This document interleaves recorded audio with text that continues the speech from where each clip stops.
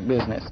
I don't know what that involves. In fact, I haven't seen the results yet, but I've been told that. Imagine a voice so powerful it could silence the Beatles, yet one secret enemy nearly erased it forever. Roy Orbison, the shy Texan who turned heartbreak into hits, faced a hidden war in the 1980s that threatened to bury his comeback. Radio stations were silenced, records vanished, and a mysterious gatekeeper held the key to his ruin. How could a legend who outshone Elvis and inspired Bono fall so far, only to rise again in a blaze of glory?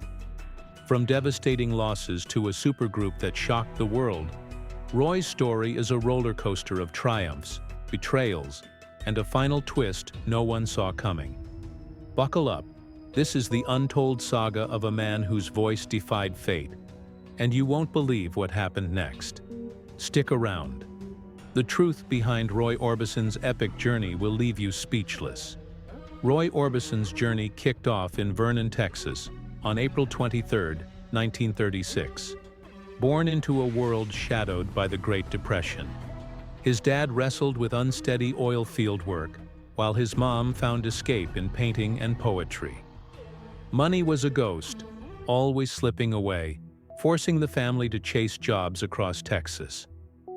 By 1942, wartime factory promise pulled them to Fort Worth, and later, they landed in Wink, a place Roy called dusty, greasy, and empty of anything he cared for. Life was tough, relentless, but it forged a survivor's spirit in him, a thread that would weave through every note he'd sing. Then, at 6, everything shifted. A guitar from his father wasn't just a gift, it was a revelation. While other kids roamed free, Roy stayed in, learning chords from his dad and brother. By 7, he was hooked, dreaming only of music. Hank Williams, Jimmy Rogers, and Lefty Frizzell filled his ears, their slow, soulful tunes shaping the style he'd make his own. But 1944 brought a scare, a polio wave that spooked his parents into sending him and his brother to their grandmother in Vernon. Away from home, he grew quieter, shyer, even dyeing his near-white hair black to blend in. Roy didn't see much in himself, except maybe his voice. He wasn't sure it stood out. He just knew it lingered in people's minds. What if a single moment could rewrite your destiny? For Roy, it happened in 1946. A medicine show rolled into town with a talent contest, and 10-year-old Roy took the stage. Singing Mountain Dew and Joel Blon, he stunned everyone, tying for first with a 15-year-old. The crowd's reaction hit him hard. Strangers cared about his voice, not just his family. That spark turned music from a pastime into a lifeline, a way to break through his shell and reach the world. Fast forward to 15, and Roy was already a force. Performing on KVWC radio in Kermit, Texas, he formed the Wink Westerners, a band that mixed country and big band vibes. They scored their own show, and Roy juggled it with gritty summer gigs, painting water towers, chopping steel, never letting music slip from his grip. By 1955, he ditched college, launching the Teen Kings and landing a TV spot in Odessa. Crowds loved them, and during one gig, he met Claudette Frady, his future wife. That year they cut Ooby Dooby in a tiny New Mexico studio, a track that started small but wouldn't stay that way. How does a song go from a phone call to a game changer? The tale of Ooby Dooby is murky.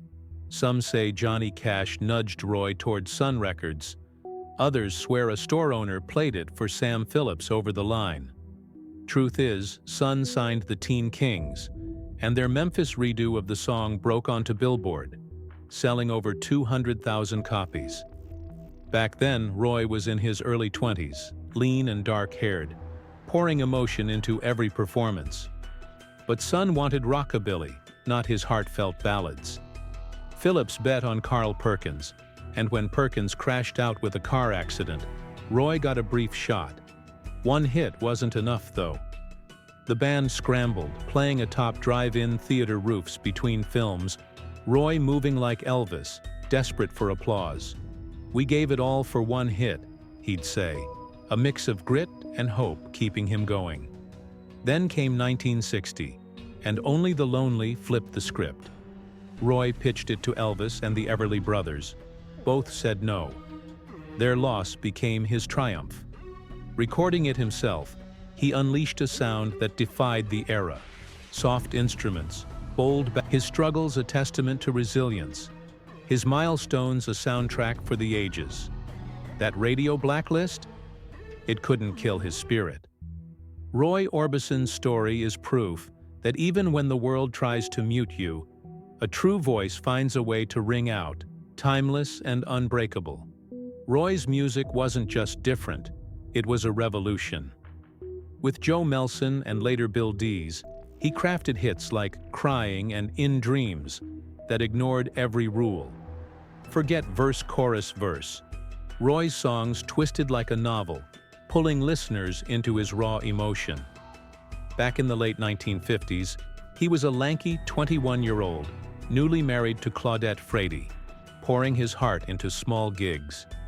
His style was simple: dark hair, shy demeanor, but his voice was a force. By 1963, he was a global icon, fans mobbing him from London to Sydney. Today, his legacy towers, but his journey wasn't all applause. The man who stood still on stage was running a marathon off it, balancing fame, family, and temptations that tested his core. Ever wonder how a single comment sparks a cultural earthquake? Picture this: Claudette, Roy's young wife, mentions a shopping trip. Bill Dees quips, "A pretty woman never needs money." Roy grabs his guitar, and in 40 minutes, "Oh, Pretty Woman" is born. Released in 1964, it dethroned the Beatles, sold millions, and became his defining anthem. Back then, Roy, in his late 20s, rocked tailored black outfits and those iconic sunglasses, born from stage fright, not swagger. A forgotten pair of regular glasses forced him into prescription shades, hiding his nerves. That accidental image became his armor, making his stillness magnetic. George Harrison once said, "Roy was like marble, but his voice carried all the fire." Now that song's riff echoes in covers and commercials, proof his magic endures. Roy's financial world was as bold as his music. In the early days, he splurged royalties on a pink Cadillac, a symbol of hope after marrying Claudette in 1957. But fame's demands drained them, forcing a humbling move back to his parents' home. By the mid-1960s, success brought a Bentley Continental, a sleek contrast to his modest roots. His wrist flashed with a Rolex Oyster Perpetual, understated yet elite. Real estate followed: 2 homes in Hendersonville, Tennessee, and a Malibu retreat for tour breaks. A Gulfstream II jet, leased for international tours, kept him connected to fans across continents. Insurance was key. Comprehensive health plans covered grueling tour schedules, while asset policies protected his properties and music catalog. Business-wise, he co-owned a publishing company, a savvy move that secured royalties long-term. A deal with a Nashville studio gave him creative control, though it stretched his finances thin. Could a single tour outshine the Beatles?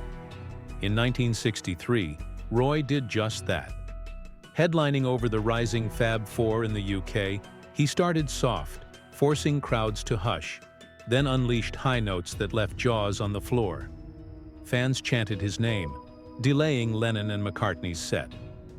Paul, inspired, scribbled "All My Loving" on the tour bus, while Roy penned "Oh, Pretty Woman." Elvis, who once snubbed Roy's Only the Lonely, became a fan, gifting friends boxes of the record.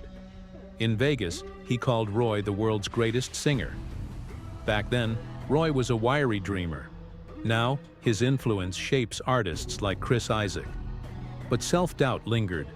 He never believed the hype, letting his music speak louder than his heart dared. Ireland worshipped him. Roy's shows there were electric, fans so wild police halted performances to calm the chaos.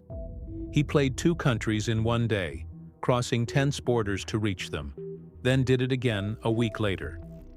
In 1965, he joined the Rolling Stones' Australia-New Zealand tour, his ballads oddly perfect alongside his journey from a shy Texas kid to a global icon proves authenticity trumps trends. Yet, the MGM deal reminds us to weigh ambition against capacity.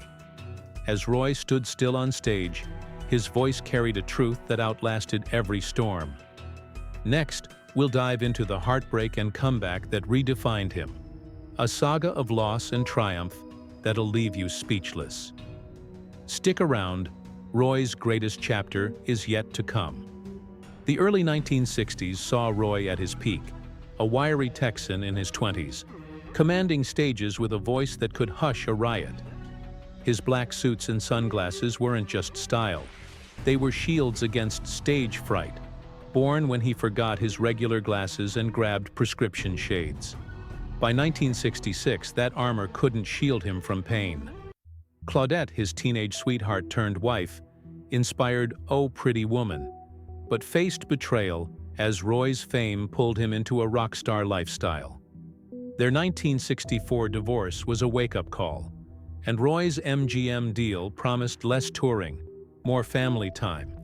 They remarried in 1965, welcoming a third son, but joy was fleeting. On a Tennessee road, riding motorcycles, a passion sparked by Elvis, a truck cut them off. Roy swerved, Claudette didn't. She died in his arms at 24, leaving Roy, then 30, a ghost of himself. His once youthful face carried grief's weight, but his voice, now laced with deeper sorrow, poured into songs like "Too Soon to Know," turning pain into art. Can a man rebuild after losing his world? In 1968, Roy faced the unthinkable. Fresh off a Birmingham, England show, he learned his Tennessee home was gone, along with his sons, Roy Dwayne, 10, and Anthony, 6. A fire, sparked by a lighter and aerosol can while under their grandparents' care, spared only his youngest, Wesley. Roy collapsed, canceling his tour to face an empty home. Nothing left but a charred chimney. Johnny Cash and June Carter stood by him at the funeral, their silence louder than words. Roy sold the land to Cash, who planted a fruit orchard as a tribute, a place for Wesley to find peace. Back then, Roy was a global star. Now, his legacy is a testament to surviving the unimaginable. He moved in with his parents, barely speaking, his music silenced by grief. Roy's financial world reflected his highs and lows. In the 1960s, he upgraded from a pink Cadillac to a Mercedes-Benz 600, a status symbol for his chart-topping days. His Patek Philippe watch, a subtle nod to success, graced his wrist during UK tours. He owned a Nashville estate and a London apartment for European stints, plus a shared private jet for cross-country gigs. Insurance was robust. Health policies for tour strains, liability coverage for his music catalog, and a unique vocal insurance plan, safeguarding his golden asset. His publishing company stake ensured steady royalties, but the MGM deal's demands, 3 albums yearly, drained his creativity. A film flop, The Fastest Guitar Alive, where he played a spy with a guitar rifle, bombed, ending his Hollywood dreams. Financial lesson: overextending risks collapse, but diversified assets like his publishing can anchor you. What happens when the spotlight fades? By the 1970s, Roy's star dimmed. Psychedelic rock overshadowed his ballads, and his MGM contract churned out rushed, lackluster albums. At 40, he played near-empty arenas, a stark contrast to his 1963 Beatles tour, where he stole the show. Fans in Bulgaria still roared, but in the US, his records were rare finds. Back in his Teen Kings days, Roy was a dreamer in his 20s, blending rock and emotion. Now, his career hung by a thread, his appearance weathered by loss, though his voice remained untouched. Yet, a new chapter dawned in 1968. On tour in the UK, he met Barbara, an 18-year-old German woman. They married in 1969, later welcoming sons Roy Jr. and Alexander. Barbara brought light, but Roy's choice to leave Wesley with his parents stirred quiet tension, a reminder of his fractured past. Could love heal what tragedy broke? Roy's marriage to Barbara was a lifeline, but the 1970s tested him. His health faltered, heart issues from tour stress, and his career slumped. Still, he performed, his stillness on stage now a haunting echo of his pain. The 1970s left Roy battered. Once a 20-something Texan stealing stages from the Beatles, he was now a 40-something playing sparse crowds. His black suits and sunglasses, born from stage fright, still cloaked him, but grief, losing Claudette and 2 sons, had weathered his frame. By 1977, a health scare struck in Hawaii. Chest pain revealed 3 blocked arteries. Triple bypass surgery saved him, but Roy, stubborn as ever, kept smoking and touring. His lifestyle screamed risk, yet his voice, that haunting wail, never faltered. Then, in 1986, a shockwave hit. David Lynch used In Dreams in Blue Velvet, tying Roy's tender ballad to a dark, unsettling scene. Roy was furious. No one asked permission. But the film's buzz reintroduced him to a new generation. He rewatched it, re-recorded the song with Lynch, and suddenly, his name was alive again. What if one night could rewrite history? In 1987, Roy took the stage at LA's Coconut Grove, surrounded by stars like David Lynch and Patrick Swayze. The crowd wasn't just fans, it was Hollywood royalty paying homage. Roy, now 51, stood still as ever, his voice soaring through "Oh, Pretty Woman." An earthquake hit the next morning, rattling the venue, but the master tapes survived, birthing Black and White Night, a concert film that captured his magic. Hidden footage later revealed a secret encore, played to an empty room, as if Roy couldn't let the moment go. Back in his Teen Kings days, he was a shy dreamer. Now his weathered grace and timeless sound proved he was eternal. Roy's financial world mirrored his revival. His 1960s Mercedes-Benz gave way to a restored 1980s Porsche 911, a nod to his comeback flair. A Vacheron Constantin watch adorned his wrist, elegant yet understated.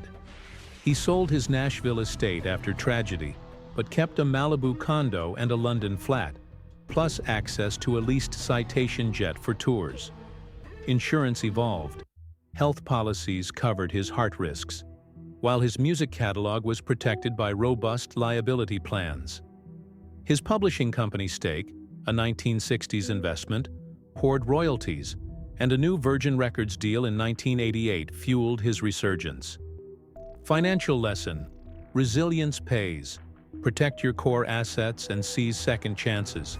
Could a garage jam spark a revolution? In 1988, George Harrison needed a B-side and called Jeff Lynne, Tom Petty, Bob Dylan, and Roy. What started as a casual session in Dylan's garage became the Traveling Wilburys, a supergroup of legends. Their track, Handle with Care, was too good to shelve, so they crafted a full album. Roy, dubbing himself Lefty Wilbury after Lefty Frizzell, laughed and sang with joy. The album sold millions, thrusting Roy back into rock's heart. His collaborators, Petty, Dylan, Harrison, saw him as a giant. Lynne, producing Roy's solo album Mystery Girl, called his voice magnificent. Recorded with help from Bono and Elvis Costello, the album crackled with energy. Tracks like You Got It, blending Roy's classic ache with modern polish.